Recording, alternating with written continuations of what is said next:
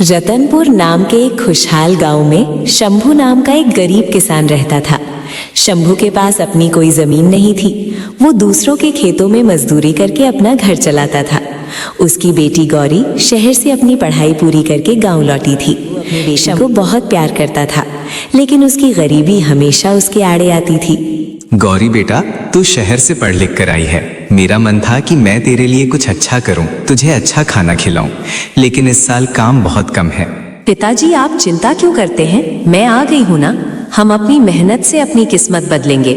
आप बस हिम्मत मत हारिए। हिम्मत तो है बेटा, पर बिना जमीन के किसान क्या करेगा? सुना है सेठ करोड़मल अपनी बंजर जमीन को ठेके पर दे रहा है, पर उसकी शर्तें बहुत अजीब होती हैं। सेठ करोड़मल अपने बरामदे में आराम से बैठा है। उसका नौकर लल्लू भी वही है। मालिक, आपने जो पिछले साल गरीब किसानों से अनाज लिया था, उससे हमारा गोदाम भर गया है और किसान बेचारे भूखे मर रहे हैं। अरे लल्लू, दिमाग होना चाहिए। वो किसान मेहनत करते हैं और मैं दिमाग लगाता हूँ। इस साल मैंने एक नई शर्त सोची है। जो भी मेरी जमीन मांगेगा, मैं उसे मीठा और कड़वा की शर्त पर दूंगा। फायदा सिर्फ मेरा होगा। तभी शंभू हवेली में प्रवेश करता है। राम राम सेठ जी। आओ शंभू, कैसे आना हुआ? जमीन चाहिए क्या? जी मालिक, सुना है आप जमीन ठेके पर दे रहे हैं। अगर थोड़ा सा टुकड़ा मुझे भी मिल जाए तो मेरी बेटी और मेरा गुजारा हो जाएगा। जमीन तो मिल जाएगी शंभू, लेकिन मेरी शर्त बहुत साफ है। इस बार मैं फसल का आधा आधा नहीं करूंगा। तो फिर क्या शर्त है मालिक? शर्त यह है कि उस जमीन पर जो भी उगेगा, उसमें से मीठा हिस्सा मेरा होगा और कड़वा हिस्सा तुम्हारा। अगर मंजूर है तो बताओ। मीठा आपका और कड़वा मेरा। ठीक है मालिक, मुझे मंजूर है। शंभू घर चला जाता है। शंभू घर आकर गौरी को शर्त के बारे में बताता है। क्या? सेठ ने कहा कि मीठा उसका और कड़वा हमारा? पिताजी, सेठ बहुत चालाक है। उसे पता है कि आप गन्ना या कोई फल उगाएंगे, जो मीठा होता है वो सब ले जाएगा और आपको सिर्फ फसल का कचरा मिलेगा। अब क्या करे बेटा, मैंने तो अंगूठा लगा दिया है, ये सोचकर कि सेठ जी दया करके थोड़ा अनाज दे दें। कोई बात नहीं पिताजी, अगर सेठ चालाक है तो आपकी बेटी भी शहर से कुछ सीख कर आई है। हम उस जमीन पर अनाज या गन्ना नहीं उगाएंगे। तो फिर क्या उगाएंगे गौरी बेटा? पिताजी, हम उस जमीन पर करेले की खेती करेंगे। वे स्वाद में कड़वे होते हैं। महीनों तक शंभू धूप में मेहनत करते हैं। वे खेत में खूब सारे करेले उगाते हैं। गांव वाले हैरान थे कि शंभू ने खाने के लिए अनाज क्यों नहीं उगाया। कुछ दिनों में फसल तैयार हो गई। सेठ करोड़मल और लल्लू खेत पर पहुंचते हैं।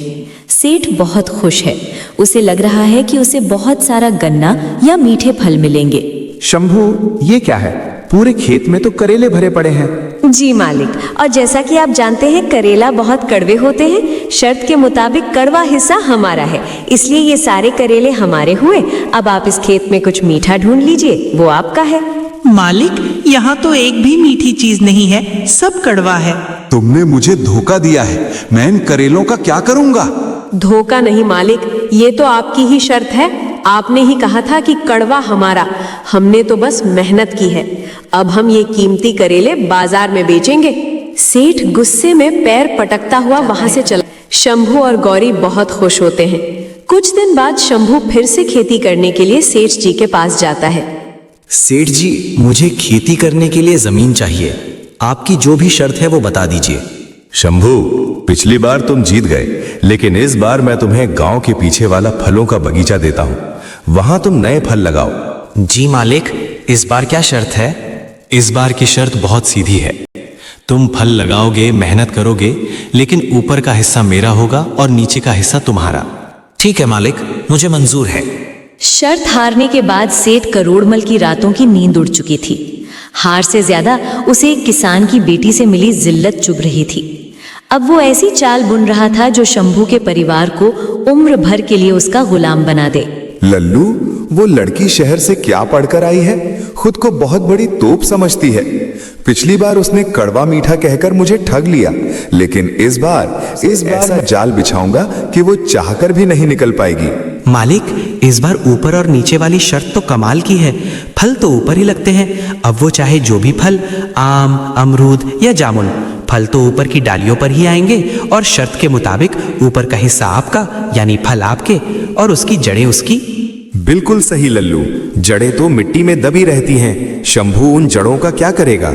वो जड़ों को खाएगा या बाजार में बेचेगा? इस बार तो उसकी सारी मेहनत मेरे गोदाम में आएगी। शंभू घर लौटता है और गौरी को नई शर्त के बारे में बताता है। शंभू बहुत डरा हुआ है। बेटा गौरी, मुझे लगता है इस बार हमने बहुत बड़ी गलती कर दी। सेठ ने फलों का बगीचा दिया है और शर्त रखी है कि ऊपर का हिस्सा उसका और नीचे का हमारा। अब तू ही बता, ऊपर तो फल लगते हैं, अगर सारे फल सेठ ले गया तो हमारी साल भर की मेहनत मिट्टी में मिल जाएगी। हम जड़ों का क्या करेंगे?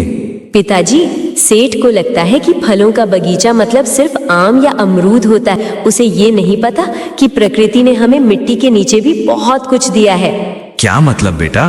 पिताजी, आप बस गांव के बाजार से गाजर के बीज ले आइए। हम उस बगीचे में ऐसे फल उगाएंगे जो जमीन के नीचे बढ़ती हैं।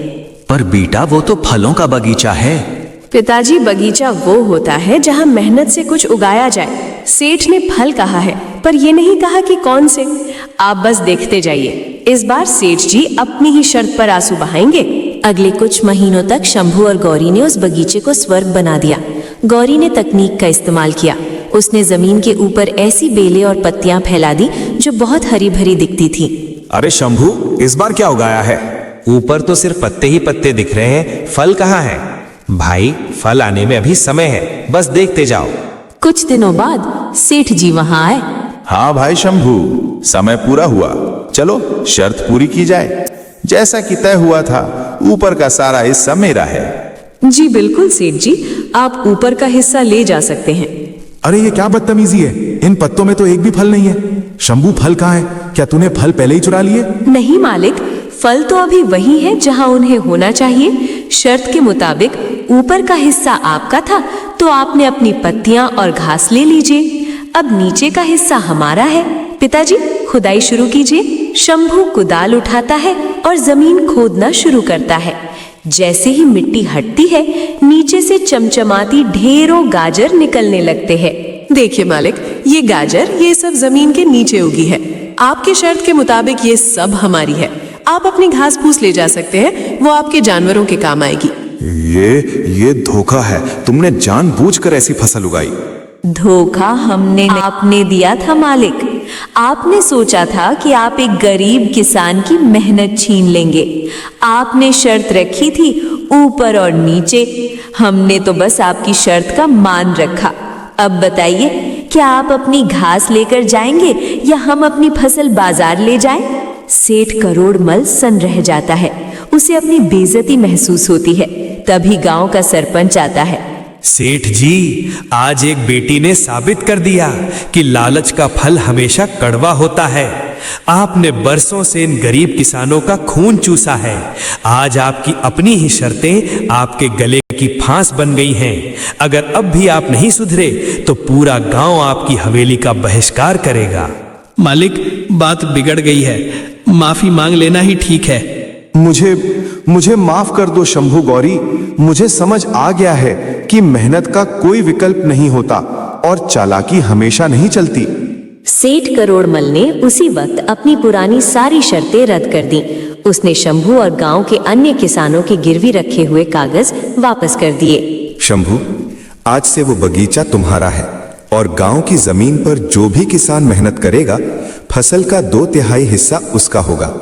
मैं सिर्फ अपनी जमीन का सही किराया लूंगा, कोई बेतुकी शर्त नहीं रखूंगा। मालिक, आपका बहुत बहुत धन्यवाद।